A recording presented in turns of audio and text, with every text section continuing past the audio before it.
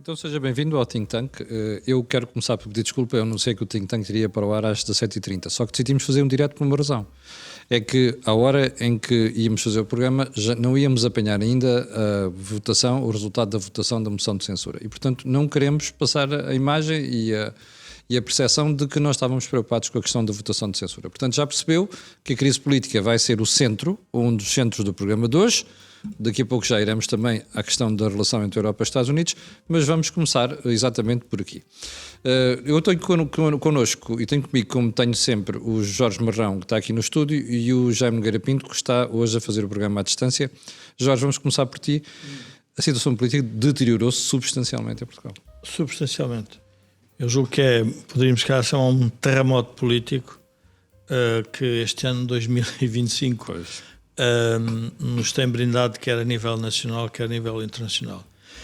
Eu talvez começasse pelo fim, porque talvez ajude a perceber um bocadinho porque é que estamos nesta situação. Quando eu digo com o fim, tem a ver com a Comissão de Inquérito do PS. Sim.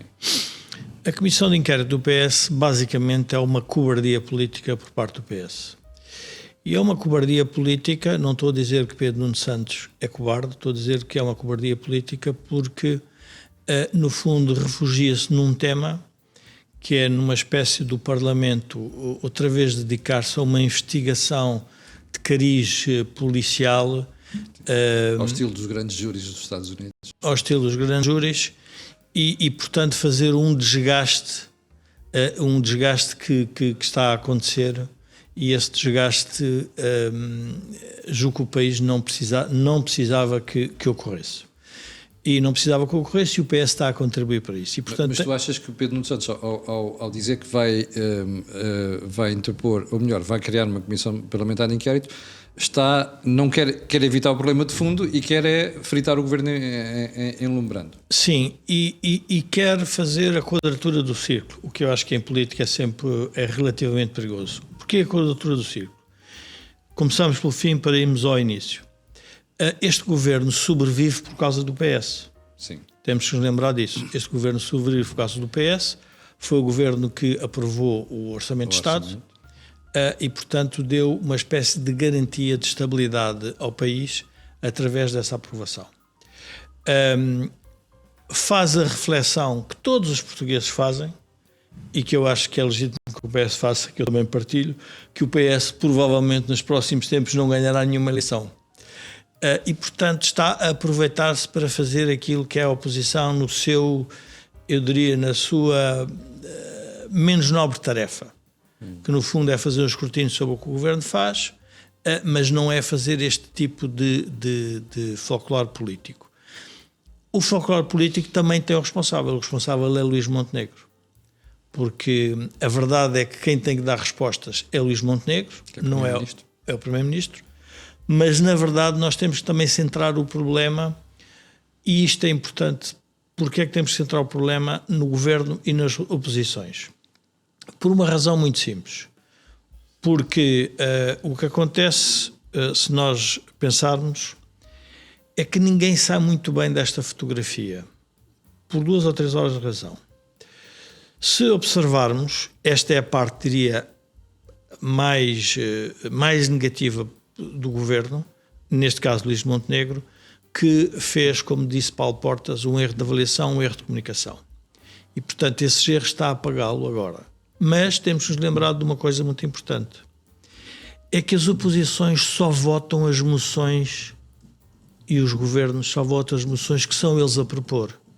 Ou seja, se estão preocupados com o partido e com a maneira como as pessoas leem o que é que o partido decidiu no Parlamento, mas nunca acompanham os outros. Há aqui uma exceção, que é o caso do Partido Comunista na votação na moção de censura do Chega, que se absteve. E, portanto, veio dizer que não eram as razões que estavam a ser colocadas, não eram as certas, mas absteve-se. E, portanto, percebeu um bocadinho aquela oposição. Agora, o PS diz, só vale a minha moção de censura. O governo diz só vale provavelmente a minha moção de confiança, o Chega só vale a minha moção de confiança e a minha moção de censura, e o Partido Comunista só vale a mesma coisa. E, portanto, há aqui uma demonstração que o sistema político como está e os partidos como estão hoje estão todos eles, de uma ou de outra forma, a degradar o ambiente político em Portugal. E, portanto, esta degradação é notória. É gravíssima por parte do Primeiro-Ministro, por 2 ou 3 ordens de razão. Primeiro, porque faz um ataque aos jornalistas, como se a democracia, a única coisa que... Olha, todos os poderes gostariam de ser absolutos. E eles deixam de ser absolutos por uma outra ordem de razão. Deixam de ser absolutos porque têm escrutínio. E o que é o escrutínio? O escrutínio é alguém fazer perguntas. E quem é que faz as perguntas em democracia? A oposição, os jornalistas, e portanto tem que se aceitar isso. Quando faz um ataque e faz a sua vitimização, é óbvio que está a querer atirar barra à parede. Porque quem tem que responder sobre o que se passou é o Primeiro-Ministro. E o Primeiro-Ministro não respondeu. E não respondeu, e o tema não é a expressão correta, não respondeu. Foi respondendo, criando cada vez mais dúvidas, mais interrogações. Mas ouviste a explicação que o Hugo Soares deu ontem na entrevista à SIC Notícias, que foi, se o Primeiro-Ministro tivesse aberto o período das respostas e perguntas, o que os jornalistas iam buscar precisamente estas explicações ou esses temas, em vez de aquilo que foi a verdade que ele contou. Mas é a democracia, não é? Mas é a democracia. Mas há um tema importante que eu acho que o PSD tem que fazer o seu ato de contrição. Este governo sobrevive por causa do PS. E um governo que se recusa a apresentar uma moção de confiança e quer ficar à espera do apoio do PS é um governo refém do PS. É o erro de Luís Montenegro não ter apresentado a moção de confiança. Ou não se ter demitido. Porque ao se demitir, fazia uma coisa muito simples. Fazia a leitura, porque a demissão em Portugal da política está a ser interpretada como se fosse uma demissão de culpa pessoal e não é verdade. Mas não achas que é isso que o PSD está a pensar? Se eu me demitisse agora, o pessoal ia dizer, pois, você é culpado, por isso é que se demitiu. A culpa não, aqui a questão não é uma culpa pessoal, não é criminal nem legal. É uma culpa política pelo que sucedeu. O país entrou num debate insano em que não consegue sair porque se quer transformar a política para os tribunais e para os advogados e para os comentaristas, as pessoas alienam-se disto, porque percebem que isto não resolve o problema do país. E porquê é que Luís Montenegro cometeu estes erros todos? Primeiro, se nós nos lembrarmos, isto tem 2 semanas, Camilo, não estamos a falar um processo, são 2 semanas. Começa por ser um conflito de interesses com a lei dos solos. Depois o Primeiro-Ministro vem dizer, não, mas não há nada com os solos porque o que a empresa faz está dedicada às questões de... À gestão imobiliária. Não é gestão imobiliária, os grandes serviços prestados têm a ver com a proteção de dados. E depois vou-se verificar na proteção de dados que pode haver um conflito de interesses. Depois veio dizer que não havia conflito de interesses junto do Pedro Nuno Santos. E, portanto, criou um conjunto de dúvidas que, obviamente... Adensou as dúvidas. Adensou as dúvidas. E, portanto, adensou, e, portanto, está nesta situação. Agora, e há aqui pormenores interessantes que se percebe o que é a política e que este modo de fazer política não vai dar certo. Porquê? Porque nós estamos a falar de um processo na política portuguesa que vem do tempo de José Sócrates. A desconfiança da população em relação à política nasce também com o que se passou no tempo de José Sócrates. Depois vêm a seguir todos os casos que o Partido Socialista teve também. E agora o PSD. Depois, no caso de José Sócrates, veio mais um ministro. Processos que ainda estão em tribunal. Portanto, o grau de exigência das pessoas em relação à política é muito elevado. E a ideia que o PSD quer passar, que é outra ideia perigosíssima, que é não há ninguém mais sério, é perigosíssimo. Porquê? Porque está a dar a ideia que afinal somos todos iguais. Porque somos todos iguais porque... Mas, eles não fazem todos a mesma coisa. Quando estão sob pressão dizem todos, não há ninguém mais sério do que eu. Camilo, por isso é que nós temos que fazer a seleção política daqueles que não dizem isso assim. Porque isso é o que é normal dizer. Não há ninguém mais sério.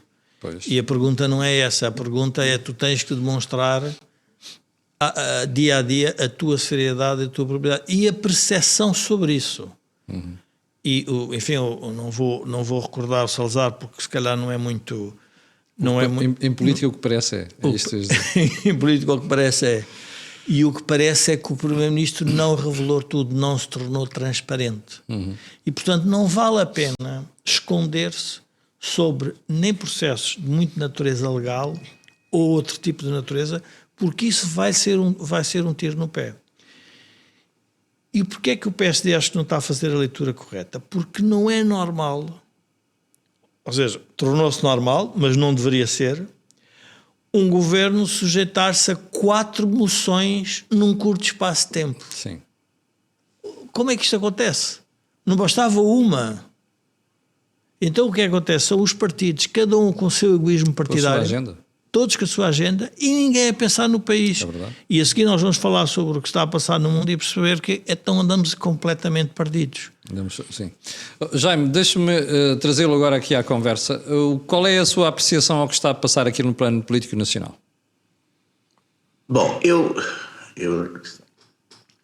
não confesso que não, quer dizer, sei do que se está a passar, tenho ouvido, tenho seguido, mas não tenho, quer dizer, não tenho seguido tipo folhetim, ver porque é um folhetim, normalmente as crises em Portugal são sempre mais ou menos os mesmos folhetins, protagonizados mais ou menos também pela mesma classe política.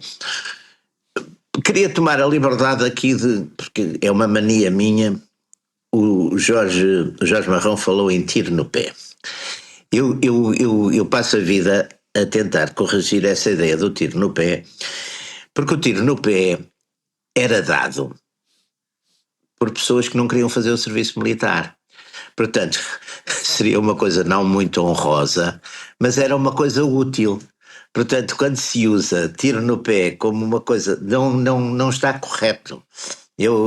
Pronto, é uma mania minha. Eu peço desculpa aos ouvintes e auditores do programa e peço também desculpa ao Jorge e ao Camilo, mas é uma coisa que eu insisto porque é mal usada. Eu passo a vida a usar essa expressão, passo a vida a ouvir essa expressão, tiro no pé, e o tiro no pé era dado normalmente pelas pessoas que não queriam fazer serviço militar e, portanto, davam um tiro no pé, ou seja, era uma coisa que causava um dano a si próprios, mas era útil, não é?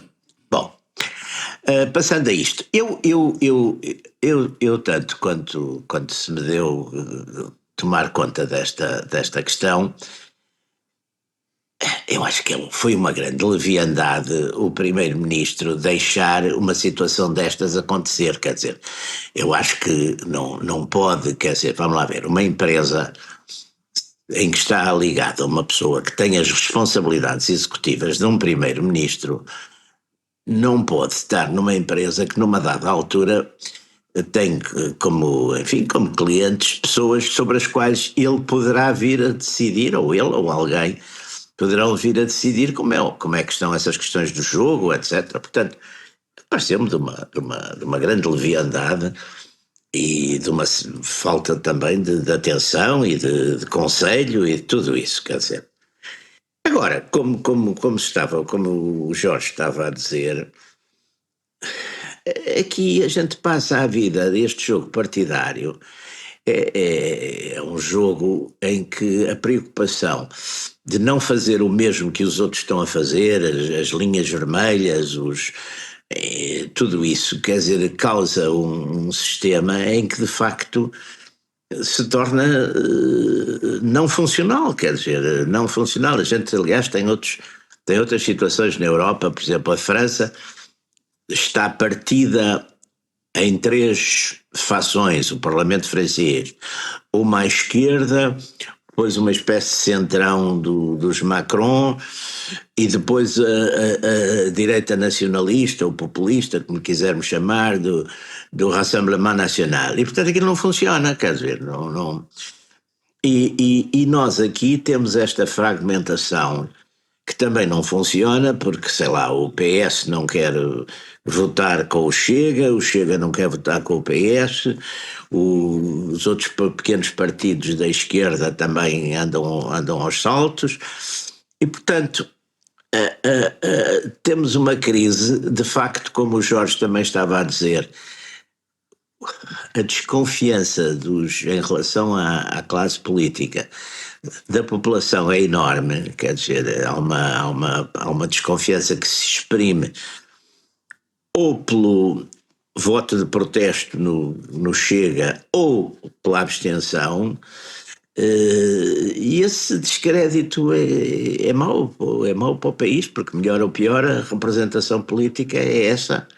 Não queremos também, neste momento histórico, não queremos ir para sistemas autoritários ou alternativos autoritários, também não há quem os vá fazer, não é o tempo disso, e portanto chegamos a um ponto que eu acho que é terrível, embora seja sempre nesta pasmaceira, que não é propriamente uma grande crise, é uma espécie de pasmaceira em que as coisas se vão dissolvendo, e os costumes e tudo isso. Quer dizer, que é, os governos quase que ficam contentes por não poder fazer as coisas e demonstrarem que estão inabilitados, que estão paralisados, ou pelas oposições, ou pelos jornalistas, ou pelas fake news, ou pelo que for, ou pelo populismo, ou pelo que for.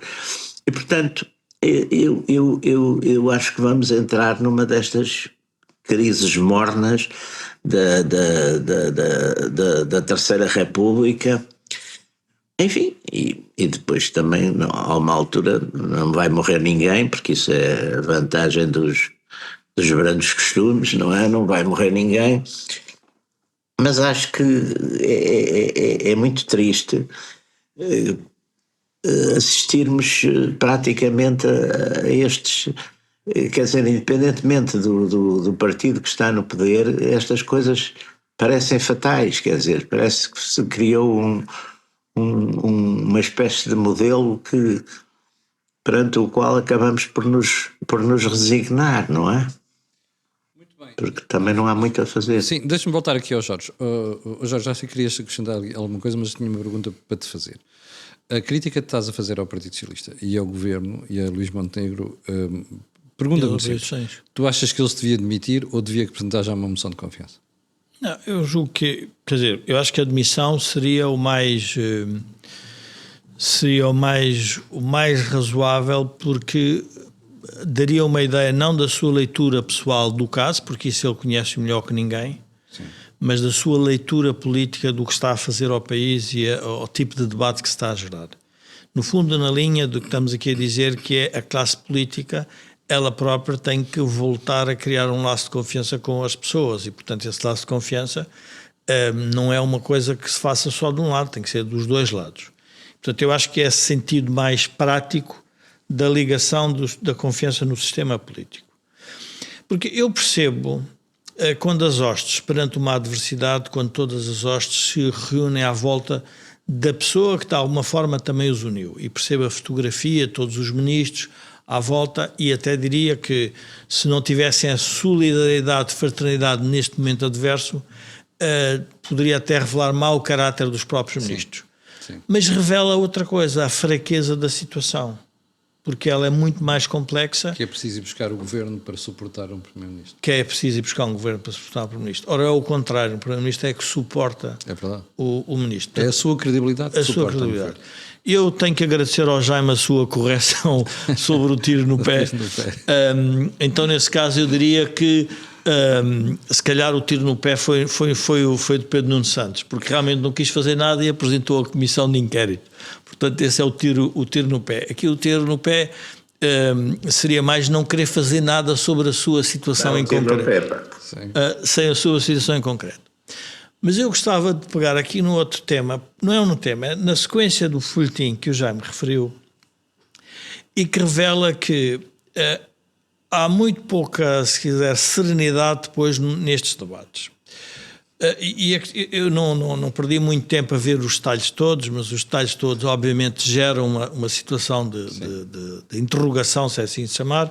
Eu diria que o Primeiro-Ministro foi leviano, ou incauto, ou imprudente, o que se quiser chamar, mas também fazer a ligação direta à faturação da empresa a uma eventual concessão é também um pouco exagero, porque em 2020 ou 2021, ou quando isso foi, nem lhe passaria para a cabeça a Luís Montenegro provavelmente ser Primeiro-Ministro, porque ele é Primeiro-Ministro por acidente. E portanto temos de lembrar qual foi o acidente. Foi um parágrafo da Procuradoria-Geral e portanto de repente estamos todos aqui a discutir uma relação privada que obviamente a partir do momento em que tem estas condições teria que ser revelada de outra forma.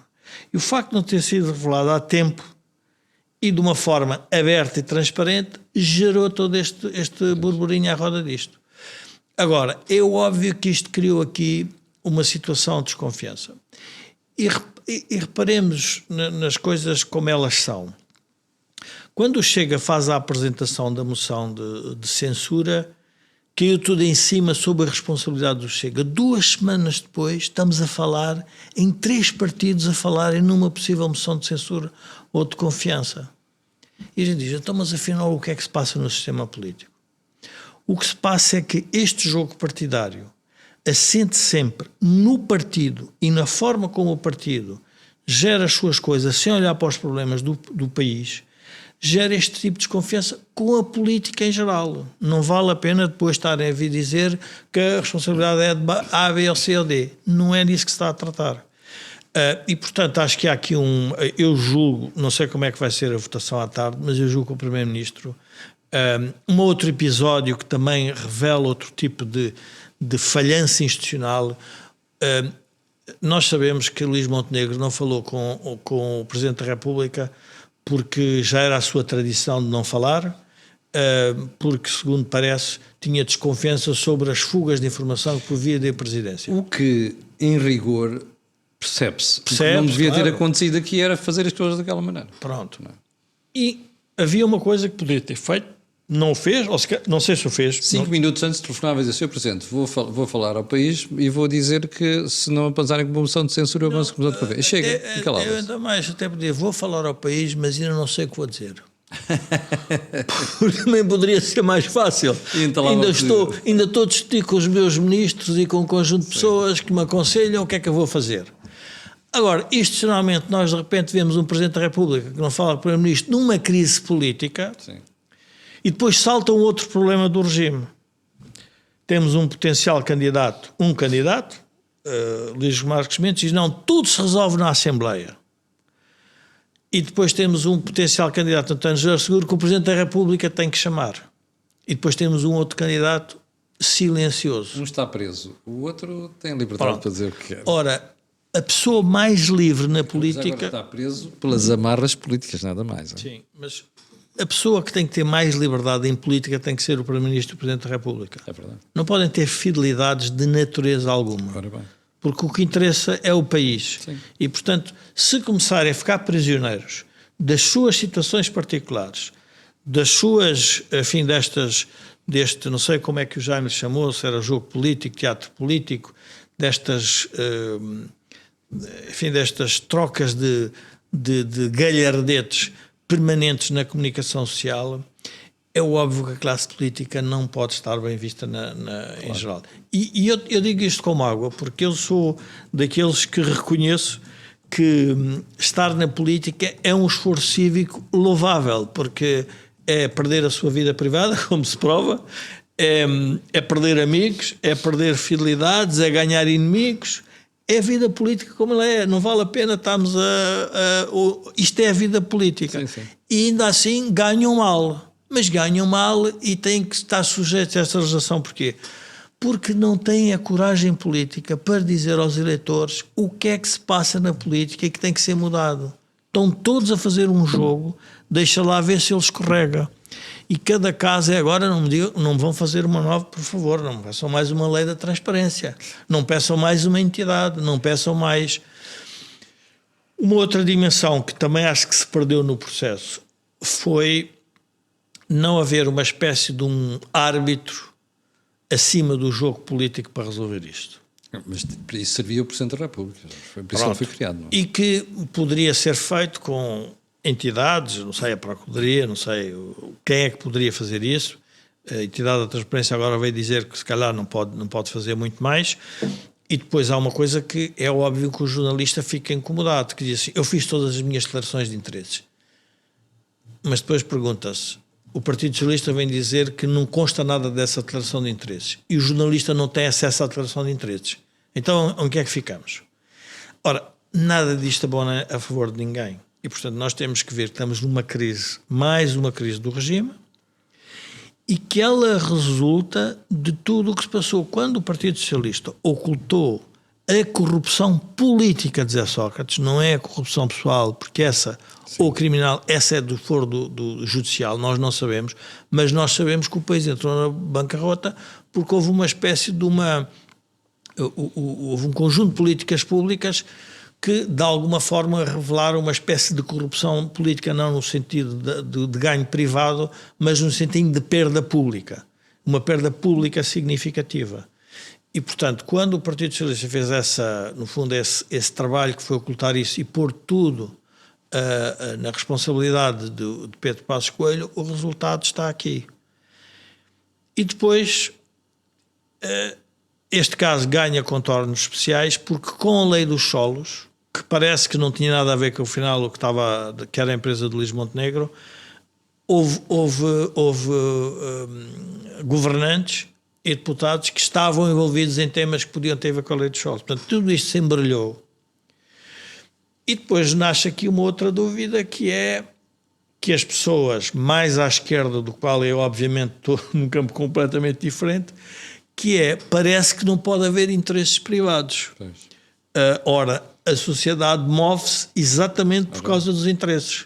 E, portanto, é da arbitragem, diria a arbitragem imparcial e isenta de um Primeiro-Ministro que nós precisamos para fazer, no fundo, a disciplina deste jogo. Portanto, tudo isto foi eu diria que foi mais um episódio triste na Terceira República. Jaime, vamos voltar a si, porque tivemos no final da semana passada mais um rift entre os Estados Unidos e a Europa, personalizado em três figuras: Donald Trump, Vladimir Zelensky e o vice-presidente J.D. Vance. Como é que viu aquela cena da Casa Branca? Bom, eu vi a cena toda, que acho que é importante, que a maior parte das pessoas viu aqueles últimos 3 minutos. Ora, eu não acho que tenha havido uma armadilha, não acho que houvesse armadilha nenhuma. Acho que, e aliás, a coisa mais importante aqui é que Zelensky já voltou atrás, já pediu, já disse que ia assinar o acordo. Aliás, penso que foi o que lhe disseram na Europa. Em voz alta, os europeus estavam a dizer umas coisas muito indignados, mas devem-lhe ter dito, porque também toda a gente tem a consciência de que se os americanos se desligarem do apoio à Ucrânia, quer dizer, não são agora os europeus que vão fazer qualquer coisa, quer dizer, podem fazer qualquer coisa quando estiverem rearmados, quando os programas de defesa funcionarem, quando tiverem os exércitos não no estado em questão, quer dizer. Então, ninguém nessa altura, ninguém os vai agora levar muito a sério, só se quiserem ir de facto para a Terceira Guerra Mundial e atirarem bombas atómicas sobre os russos, pá, e está bem, se quiserem fazer isso, mas como não vão fazer com certeza, e ninguém quer que façam. Ora bem, portanto, eu acho que naquela conversa, que era suposto ser um fechar de um acordo e de um negócio, que no fundo dava garantias, porque é evidente que a partir daí ia haver americanos, não tropas, mas ia haver americanos na Ucrânia e, portanto, também de certo modo criava-se ali uma situação de alguma segurança, quer dizer, e a segurança também vai acontecer aos poucos, quer dizer, não vai assim de ser de um momento para o outro. Deixa-me só colocar uma pergunta. Diga. O Jaime está no grupo. Diga. O Jaime está no grupo dos que acreditam que só pelo facto de haver americanos e o interesse na exploração de terras raras, isso seria suficiente para deter o Sr. Putin? Para dissuadir o Putin de fazer aquilo que há medo, não é? Que retome a guerra. Eu também acho que sim. Eu acho que é. Aliás, porque vamos lá ver, Putin, a partir do momento que Putin e Trump estão a negociar na Arábia Saudita, não são Putin e Trump pessoalmente, isso foi o início da conversa, mas que que está a haver negociações na Arábia Saudita, eu acho que esses entendimentos entre as grandes potências sempre funcionaram. Quer dizer, graças a Deus não tivemos guerras nucleares, apesar de termos tido crises, porque exatamente os americanos falavam com os russos e os americanos tinham casas, famílias, amigos, cidades que podiam ser destruídas nessa possível terceira guerra mundial ou guerra nuclear, ou o que se quiser chamar, e portanto isso sempre funcionou e portanto continuará a funcionar, desde que haja a ideia que se dizer, não passa daí, não faz, e portanto eu acho que, por exemplo, uma das razões porque aconteceu esta desgraça da invasão russa da Ucrânia foi porque o Sr. Biden disse uns dias antes, em voz alta e num discurso que está bem registado, que de qualquer modo os Estados Unidos nunca iriam para a guerra com a Rússia. E Putin, como bom autocrata, entendeu que isso era uma forma do presidente dos Estados Unidos lhe dizer, faça coisa que a gente não se mete. Mas porquê que se estamos a falar de acordos que eles funcionam, Jaime, porquê que os acordos de Minsk não funcionaram então? Há vários acordos que não têm funcionado. Vamos lá ver. Há aqui um ponto que eu acho que é o ponto de partida principal. Está a Europa Ocidental, mas quer ser uma potência na Eurásia. E para isso joga com os elementos que tem, a força que tem, que força é. Vamos lá ver. É, primeiro que tudo, as armas nucleares, que se sabe que eles têm e que se estiverem desesperados as usam. Portanto, isso claro que é uma das armas da Rússia. A segunda é a sua riqueza energética, o seu a sua capacidade energética de petróleo e gás, e a terceira é ser, do ponto de vista agrícola, também uma potência que exporta recursos, não é? Depois tem problemas gravíssimos, tem o problema sobretudo da demografia, tem um país gigantesco, e não chega a ter 150 milhões de habitantes, não sei exatamente neste momento o que é, mas tem problemas sérios do ponto de vista demográfico, que apesar de tudo, claro que a médio prazo são decisivos e importantes. Agora, a situação que se criou no terreno está criada, quer dizer, e não vale a pena, ninguém vai voluntário agora para a Ucrânia mudar a situação militar, portanto o melhor é acabar com a guerra rapidamente, e depois as garantias vão se vendo aos poucos, quer dizer, agora neste sistema de dizer uns são os assassinos, são os monstros, etc., os outros são santos, não vamos a lado nenhum, quer dizer, a realidade é uma coisa muito forte, é muito importante. A realidade de natureza humana, a realidade de natureza dos Estados, natureza da política, não tem nada a ver com todo este discurso lamentativo e doentio que é, porque depois não pode ser também, quer dizer, não pode ser, não tem condições para dar qualquer coisa, para dar qualquer resultado. Quer dizer, alguém vai agora, quer ir para a guerra com a Rússia, vão ir para a guerra com a Rússia, vão que tudo isto é uma alternativa. Não é. Quer dizer, posso fazer outra pergunta? Sim, faça favor. Não acha que foi isso que o Hitler percebeu na Segunda Guerra Mundial? Que ninguém queria ir para a guerra com a Alemanha, depois de ter feito o acordo de separação da Sudetendeutschland? Estamos a falar de uma coisa completamente diferente, e uma circunstância histórica completamente diferente.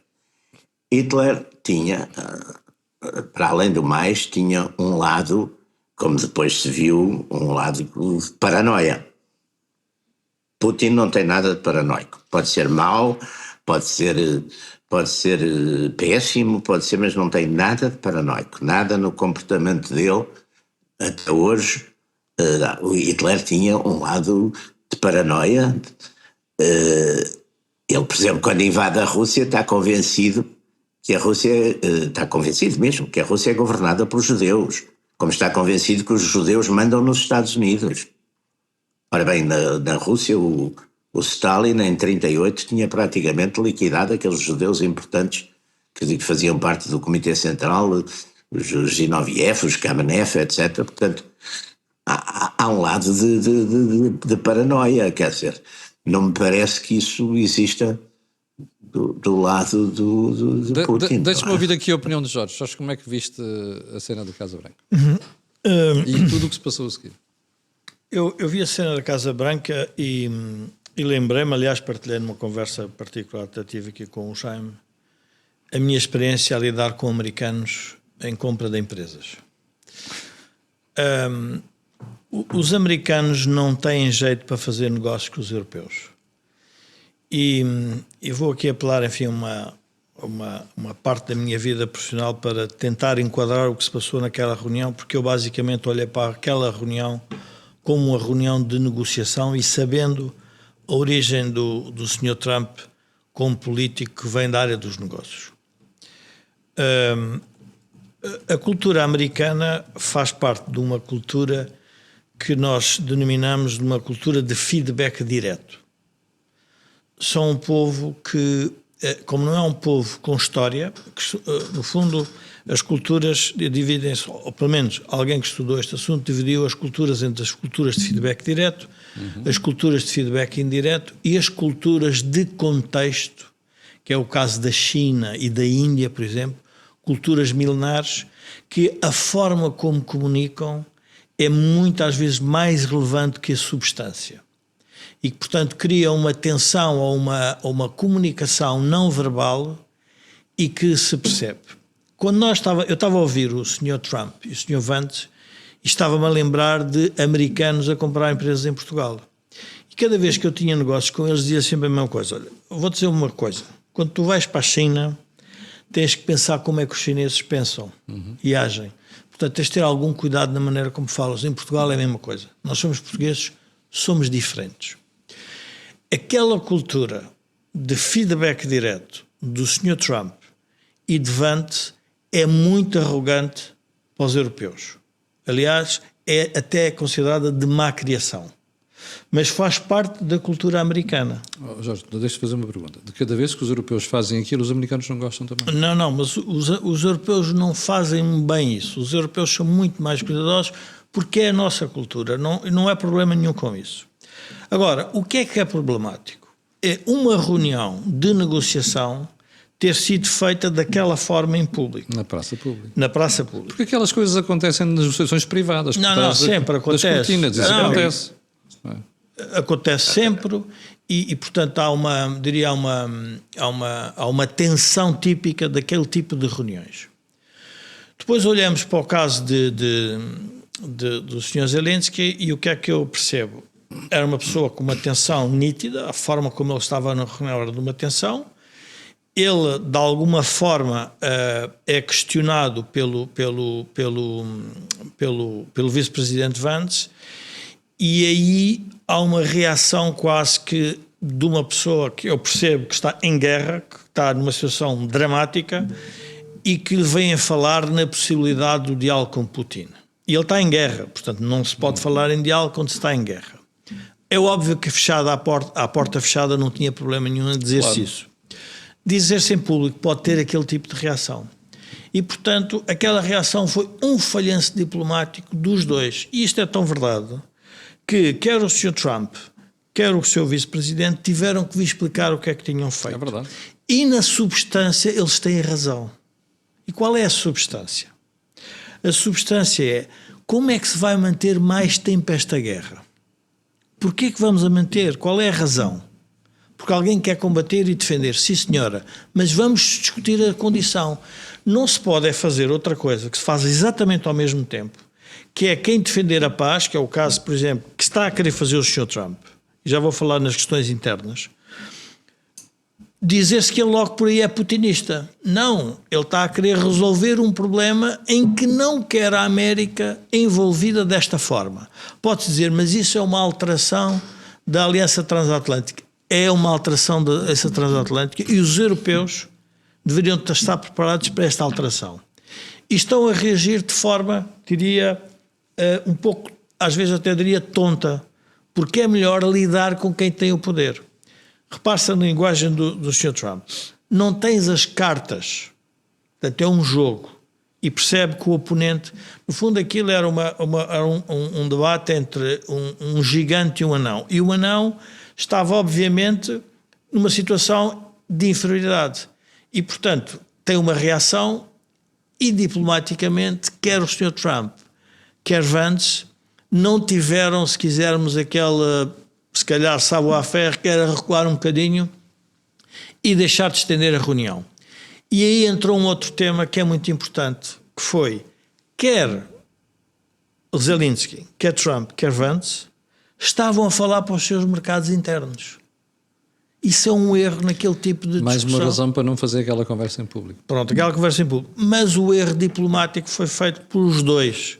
Não é como, enfim, eu diria, a escola jornalística europeia, que tudo o que vem do lado de Trump é um erro. Não, é dos dois. Sentaram-se os dois, sabiam que havia aquela tensão. Não foi só europeia, Jorge, a americana também, uma parte da imprensa americana teve a mesma leitura. Não, está bem, mas a imprensa americana é um debate na América. A imprensa europeia não é, é a segurança europeia. E, portanto, é uma coisa diferente. E a segurança europeia é porque quem faz a fronteira com a Rússia é a Ucrânia, são os europeus, não são os americanos. E percebe-se o jogo político da América para o seu mercado americano. E, aliás, há um momento um bocado caricato, que é o Sr. Trump vem para cima da mesa também com um argumento relativamente ao Sr. Biden, a dizendo que ele fez isto, fez aquilo, fez aquilo outro.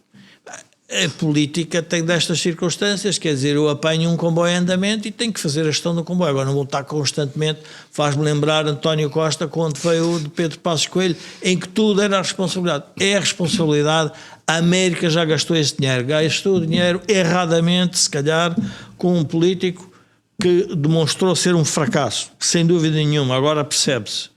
Mas não vamos também estar aqui a criar uma discussão de uma segurança, se quisermos, mundial, só assente no debate americano. E, portanto, acho que aqui há uma responsabilidade dos dois. Agora, na substância, a pergunta permanece. E é muito interessante o facto de... nós temos que... Quando agora o Sr. Zelensky recua humilhado, o que não é bom em diplomacia. Claro. Pronto. Mas isso vem... Em alguma parte vai correr mal. Pronto. Isso não é bom, não é bom. E, portanto, vai chegar um momento em que o debate é se aquelas pessoas são as certas para estar no processo de paz. Mas eu vou relembrar porque é que este sistema da diplomacia é importante. Eu tive uma vez uma apresentação com o presidente Clinton, que há um participante na audiência que lhe pergunta o que é ser presidente da América. Ele diz, olha, fazemos muitas coisas, mas fazemos coisas que é muito inesperado. Quando foi o acordo de paz entre Arafat e Isaac Rabin, eu disse, eu tive 2 horas com assessores, um a fingir de Arafat e outro a fingir de Rabin, para simularmos... O que poderia acontecer? Não, como é que íamos cumprimentar junto às câmaras. Porque a discussão era se davam 2 beijos e se o Arafat ia armado. E dizia assim, não, se é um acordo de paz, ele não pode vir armado, mas fazia parte da tradição da OLP o líder ir armado. E foi naquela altura, então não há beijos. E, portanto, tirou-se a arma e tirou-se os beijos. Ora, vamos ver, este teatro diplomático perdeu-se naquela reunião. Foi um teatro mal feito. Agora, o Jaime tem razão, é melhor ser realista. E qual é a realidade? A realidade é a Europa tem que tratar da segurança, tem que criar condições novas para que os russos não possam ampliar a sua zona de influência física no terreno e tem que criar condições para que, quando se fizer um ataque à Ucrânia, já é um ataque um bocadinho diferente. Já é um ataque em que os aliados já sabem o que é que estão a fazer e já estão de acordo. Jaime, e acha que a Europa consegue fazer isso? Tenho dúvidas, porque a Europa está muito dividida, quer dizer. A Europa está profundamente dividida, quer dizer, bom, a América está, eu estive a ver um bocadinho já agora, da apresentação deste discurso esta noite de Trump no Congresso, e também, quer dizer, os democratas parecia como um jornalista escreve, pareciam aquelas pessoas que nos colégios fazem barulho quando o reitor está a falar ou quando o diretor está a falar, quer dizer, foi também, quer dizer, a América nesse aspecto está dividida, quer dizer, está dividida e está, aliás, o Trump disse: eu já sei que faça o que diga ou que disser ou faça o que fizer, a vossa atitude é sempre contra. E de facto é assim, quer dizer, aliás, não entramos só na América. Eu acho uma coisa que é altamente preocupante, é que praticamente neste mundo euro-americano nós entramos extremamos posições, não é questão do centro. Não é questão do centro ou do centrão, porque isto também vem muito do hábito do centrão, que era sempre a mesma coisa. Faziam também uma espécie de que estavam uns contra os outros, mas no fundo era a mesma coisa. Isso criou também hoje uma reação muito forte e há uma certa cegueira de parte a parte, quer dizer, eu vê-se e as pessoas estão perturbadas e estão muito condicionadas pelas narrativas, quer dizer, o senso comum e o realismo desapareceram. Eu estive a ver essa sessão da América e não há dúvida, no Congresso, que aliás foi um dos congressistas democratas, teve que ser obrigado a sair porque estava a fazer barulho e a protestar, quer dizer. Portanto, esses modos parece que estão a perder por toda a parte, e não sei se será só culpa do Trump, quer dizer, o Trump de facto trouxe um estilo mais brutal, mais provocador, e tudo isso.